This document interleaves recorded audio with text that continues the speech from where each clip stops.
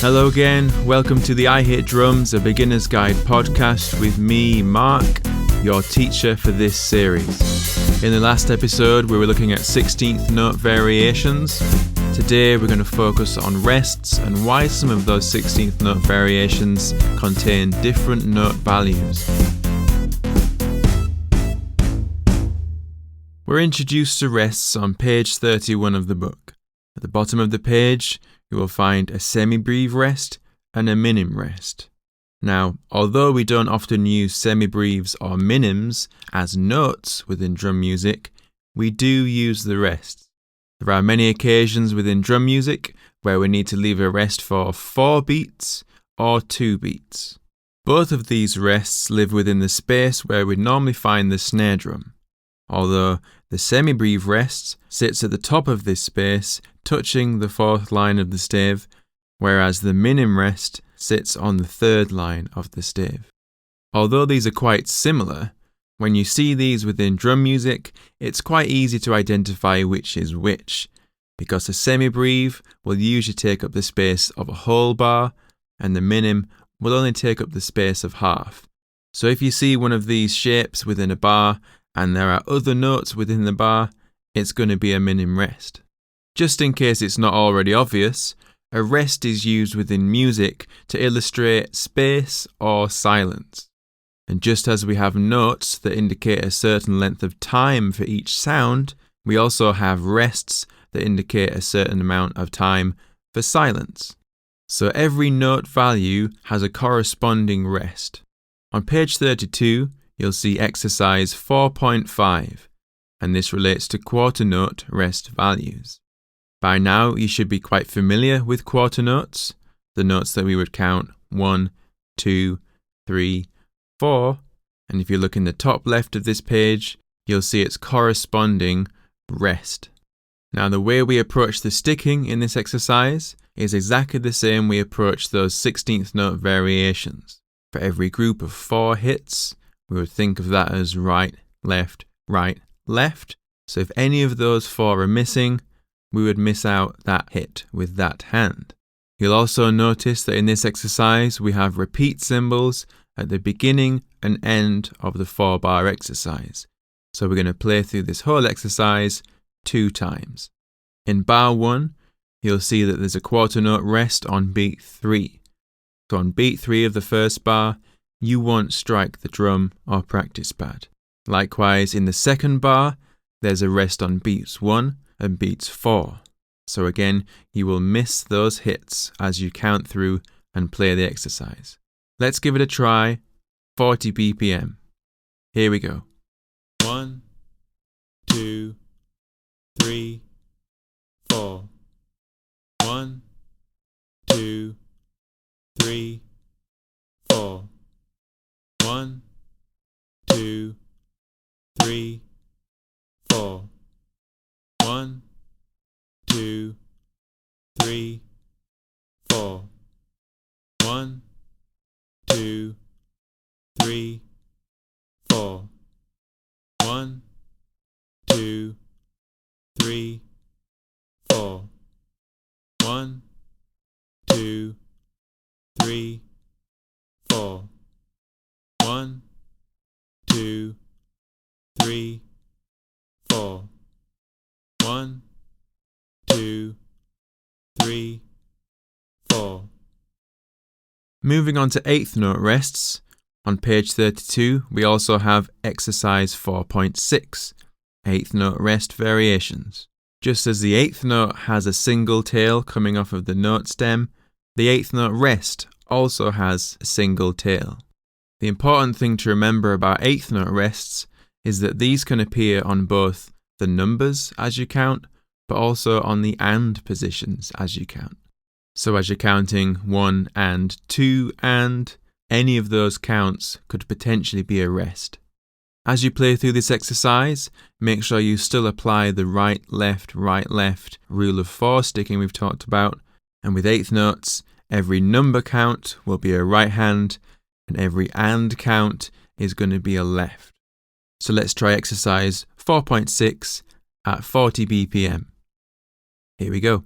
1, 2, 3, 4. 1, 2, 3, 4. 1, 2, 3, 4. 1, 2, 3, 4.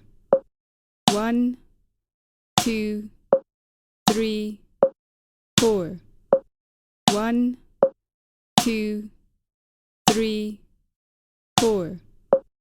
1, 2, 3, 4. 1, 2, 3, 4. 1, 2, 3, 4. Okay, moving on to page 33 and the 16th note rests, you'll see in the top left of that page that we have a 16th note with its two tails coming off the note stem, and also the 16th note rest, which also has two tails. In exercise 4.7, we have 16th note hits and 16th note rests, so there's going to be a lot of quick thinking involved here. So again, we're going to try this at 40 BPM to begin with. Here we go. 1, 2, 3, 4. 1, 2, 3, 4. 1, 2, 3, 4. 1, 2, 3, 4. 1, 2, 3, 4. 1, 2, 3, 4. 1, 2, 3, 4. 1, 2, 3, 4. 1, 2, 3, 4.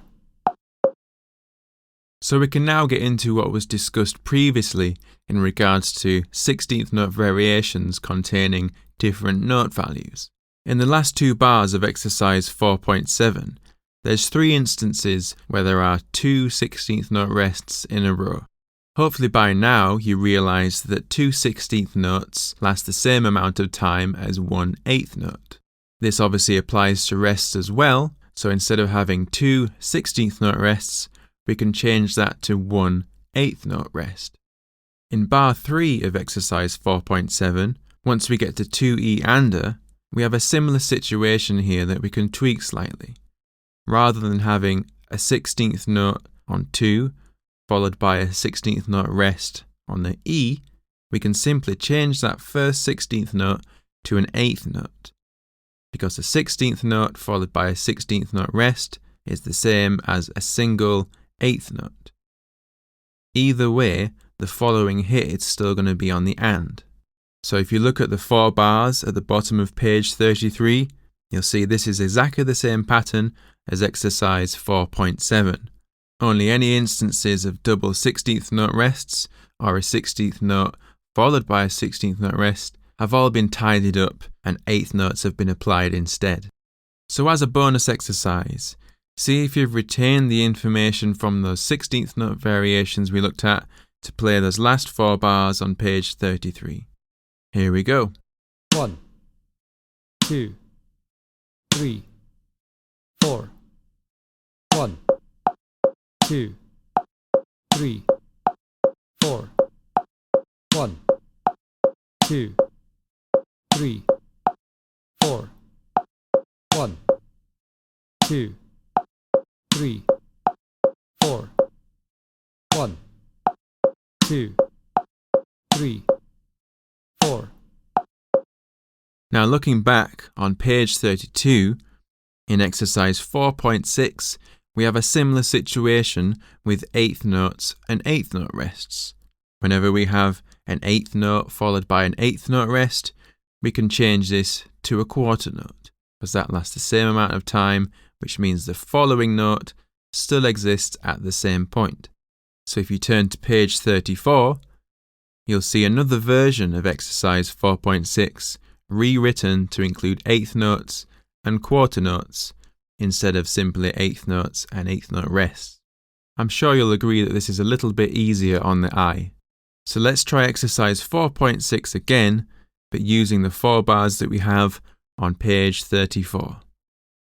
Here we go. 1, 2, 3, 4. 1, 2, 3, 4.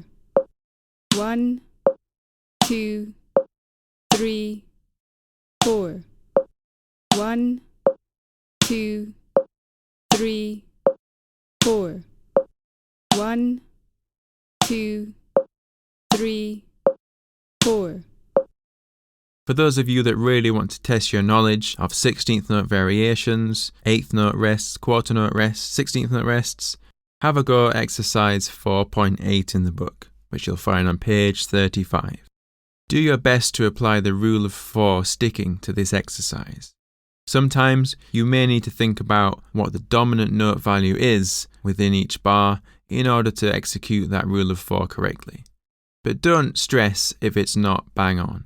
Remember, there's always more than one way to do something in drumming. Before you finish with your practice today, check out page 36 of the book and you'll find a checkpoint. There's a few short questions just to test your knowledge up to this point. Give that a go. If you would like any feedback on today's lesson, you can get in touch with me at Facebook by going to facebook.com/IHitDrumsUK, or by going to Instagram. You can find me at IHitDrums. And for a small fee, you can send me a video of your progress and I'll get back to you with my own video giving you some input and instruction. This offers a flexible alternative to traditional lessons. If you're looking to take things a step further though, you can get in touch with me about online lessons. So no matter where you are, we can study together using Zoom or Skype.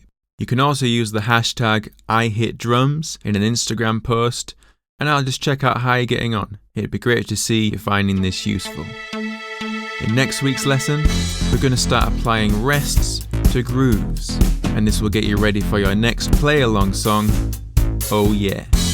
Until then, enjoy!